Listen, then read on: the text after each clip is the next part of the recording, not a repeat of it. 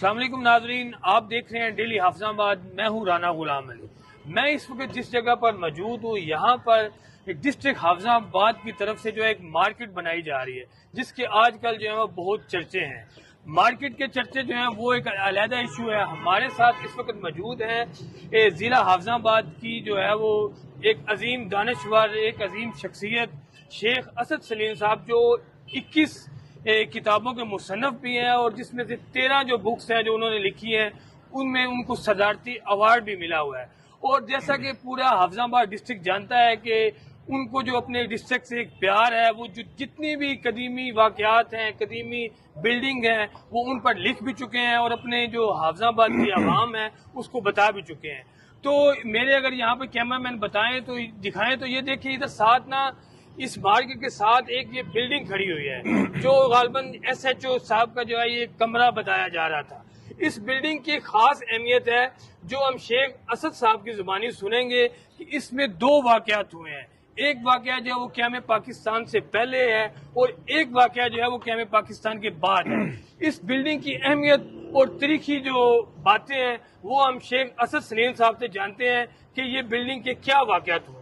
السلام علیکم سر۔ وعلیکم السلام۔ اچھا سر جی، یہ حافظ آباد کی عوام کو آپ بتائیں، یہ جس جگہ ہم کھڑے ہیں یا آپ کے بیک پہ جو بلڈنگ نظر آ رہی ہے، اس کا پاکستان بننے سے پہلے اور پاکستان بننے کے بعد کیا اس کی اہمیت ہے، اس کو ذرا میں اجاگر کریں۔ میں چونکہ لوکل ہسٹری کے حوالے سے کافی کام کر چکا ہوں، تو میری تحقیق کے مطابق یہ جو آپ کو بلڈنگ نظر آ رہی ہے، جو بالکل سٹی تھانے کے ساتھ ایڈجسٹنٹ ہے، اور مقامی ایس ایچ او کی یہ رہائش گاہ کے طور پر ہمیشہ سے استعمال ہوتی آ رہی ہے۔ تو یہ بلڈنگ ایک اپنے پس منظر میں ایک بڑی اہم داستان رکھتی ہے۔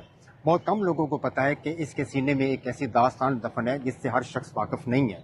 وہ داستان کچھ یوں تھی کہ مین بازار کے اندر ایک گلی کے اندر گھر تھا گیان چند ہندو کا، تو اس کی دکان تھی جو اب موجودہ آپ مین بازار کے اندر سلیم سویٹ ہاؤس ہے، اس کے ساتھ والی دکان وہ گیان چند کی تھی، کپڑے والی۔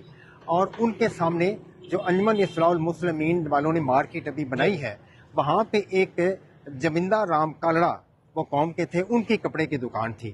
تو دونوں کی دکانیں چونکہ آپس میں مقابلے میں تھیں، تو مخاصمت بھی تھی کاروباری لحاظ سے۔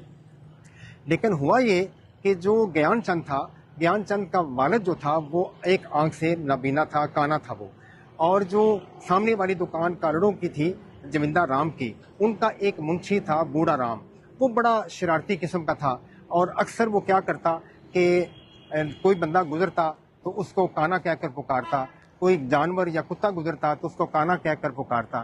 دراصل وہ ٹیز کر رہا ہوتا تھا وہ گیان چند کے والد کو۔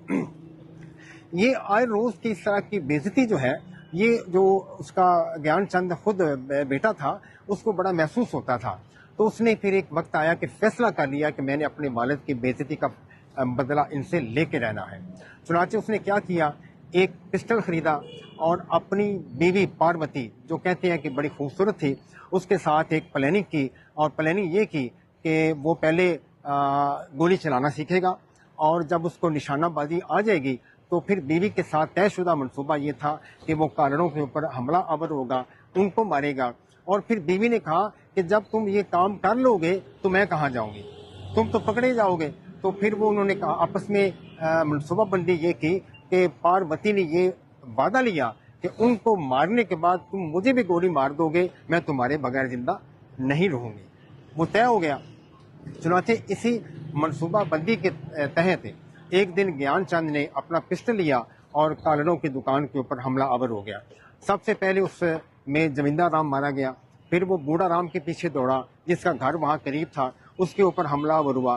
بوڑھا رام بچ گیا، لیکن اس کا بیٹا ایک ٹیچر تھا منوہر لال، وہ چھٹی پہ سرگودا سے آیا ہوا تھا، اس کو بھی گولی لگی، وہ بھی مر گیا۔ ایک تیسرے بندے کے اور اوپر حملہ آور ہوا، تو 3 بندوں کا قتل اس زمانے میں 1930 کی بات ہے، یہ گیان چند کے ہاتھوں میں ہو گیا۔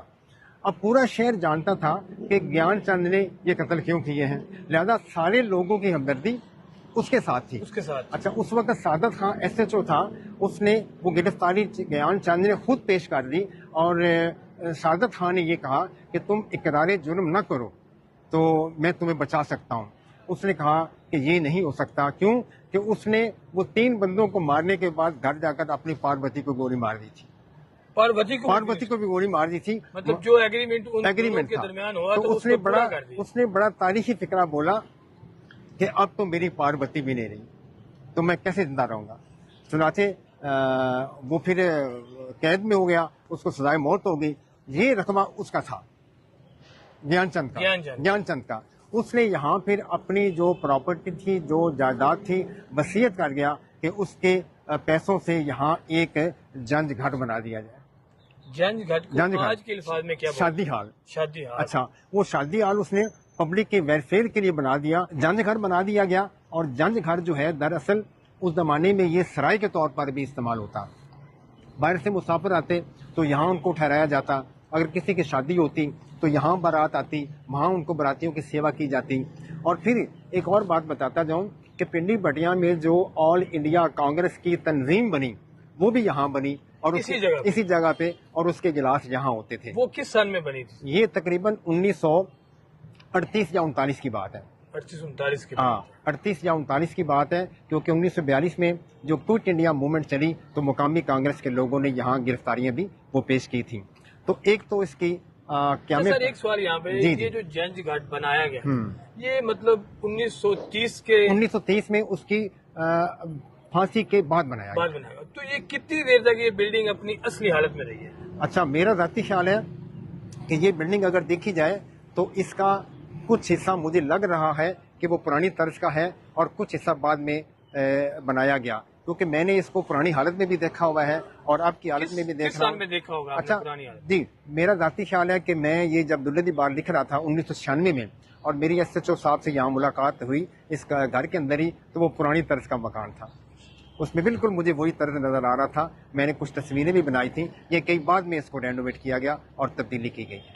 تو یہ سر مطلب کہ وہ جنج گھاٹ سے یہ ادھر ویلفیئر کا جو ایک ایریا مخصوص تھا, تو یہ یہاں پہ جو SHO صاحب کیسے آ گئے, وہ سسٹم چونکہ متروکہ املاک میں چلی گئی زمین, وہ مکان متروکہ وقف املاک میں چلی گئی گورنمنٹ میں یا پاکستان کے اندر جو ہندوؤں کی چھوڑی ہوئی جائیدادیں تھیں نا, تو پاکستان کے متروکہ املاک میں آ گئی, تو وہ پھر اس لیے گورنمنٹ کی کسٹڈی میں آ گئی اور وہ ایک پرپز کے لیے استعمال ہونے لگی. یہ احاطہ سٹی کا ایک حصہ تھا جو کھلا میدان تھا. یہ جو آپ مارکیٹ بن رہی ہے اس کا سیپریٹ ایک ہے آئیڈینٹی اور ملکیت. ایک واقعہ قیام پاکستان کے بعد ہو گیا, ایک پہلے تھا.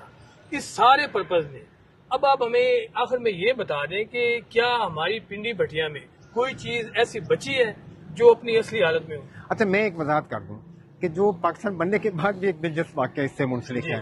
وہ چونکہ مارکیٹ کے اوپر اور اس کے اوپر گفتگو کر رہے ہیں, اس کا احاطہ کیا جانا چاہیے.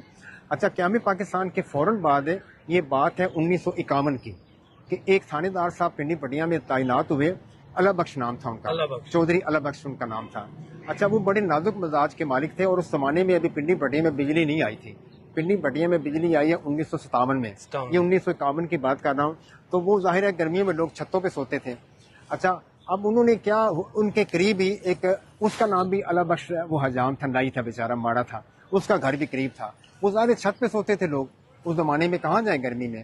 اچھا, جب وہ چھت پہ سوتے تھے تو اس اللہ بخش SHO صاحب کو جو نازک مزاج کے مالک تھے, یہ اعتراض تھا جی کہ ہماری بے پردگی ہوتی ہے تو ارد گرد کے سارے لوگ چھتوں پہ نہ سویا کریں.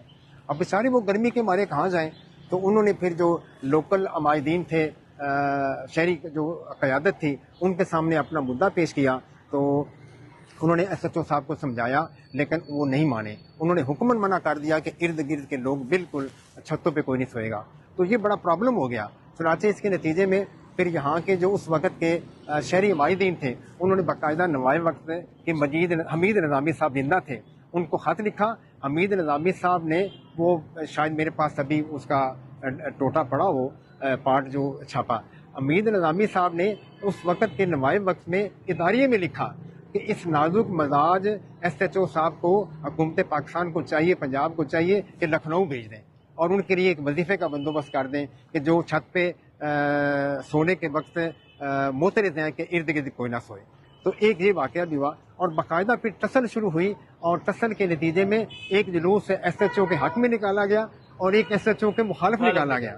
بالآخر وہ فیصلہ جو پہنچا اس وقت ممتاز دولتانہ غالباً وزیر اعلیٰ تھے، انہوں نے غلام حسین شاہد بھٹی صاحب تھے شیخ پورے یا سانگلے والے، ان کے ذمہ لگایا معاملے کو دیکھنے کے لیے۔ وہ یہاں آئے، انہوں نے لوکل مائدین سے، لوکل لوگوں سے ملاقات کی اور انہوں نے رپورٹ درج کروائی کہ یہ ایس ایچ او فالٹ پہ ہے، غلط ہے، اس کی ٹرانسفر کر دی جائے۔ چنانچہ ایس ایچ او کے پھر ٹرانسفر وہ کر دی گئی۔ جی بالکل، یہ تھے ہمارے ساتھ شیخ اسد سلیم صاحب، جو ہمیں ضلع حافظ آباد کی جو سٹوری ہیں، قدیمی معاملات ہیں، وہ ہمیں بتاتے رہتے ہیں۔ اس طرح کی مزید سٹوری بھی انشاءاللہ شیخ صاحب کے ساتھ ہم کریں گے۔ آپ دیکھتے رہیے ڈیلی حافظ آباد۔